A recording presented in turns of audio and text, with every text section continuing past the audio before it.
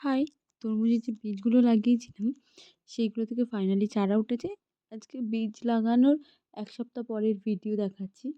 এই টবটার মধ্যে একখানা দেখবেন নীলকণ্ঠ ফুলের গাছ উঠেছে। এটা একটা থোকা নীলকণ্ঠ ফুল যেটাকে বলা হয় সেটা। আর আমার এই তরমুজের ক্যারেটের মধ্যে ৪ টে বীজ বসিয়েছিলাম, সেখানে ৩ টে বীজ উঠেছে। আর একটা বীজ সবার ১ম এই উঠেছিল ৩-৪ দিনের মধ্যেই, সেটা মারা গেছে। আর এখানে দেখুন ৫ খানা যেটা লাগিয়েছিলাম তার মাঝখানে সবকটা বীজ হয়নি। এখন জানি না, হয়তো হতে একটু সময় নিচ্ছে। এটা আরেকটা বীজ এই কর্নারটায় যে বীজটা লাগিয়েছিলাম সেটা হয়েছিল। কিন্তু পাখি আসে তো অনেক ছাদে। আজকে সকালবেলা এসছি যখন, তখন দেখছি এখান থেকে একটা মানে গাছটা শুকিয়ে পড়ে আছে। তার মানে পাখিতে এসে পুরো শিকড় শুদ্ধ তুলে দিয়েছে। বুঝতে পারছি না এখন এটা থেকে বাঁচার উপায় কী? বাকি গাছগুলোকে আমি বাঁচাতে পারবো কিনা? আর এই যে ভিডিওটা করছি, এটা যেদিন আগের ভিডিওটা করেছি তার ৫ দিন পরের ভিডিও। গাছগুলো আগে থেকে অনেকটাই বড় হয়েছে।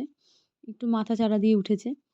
আর এই যে যেটা হলুদ রঙের তরমুজ গাছের বীজ বসিয়েছিলাম যেটা ক্যারেটের মধ্যে, সেখানে গাছগুলো বেশ বড় হয়েছে। আর পরপর আপডেট দিতে থাকবো। আপনারা সঙ্গে থাকুন। টাটা।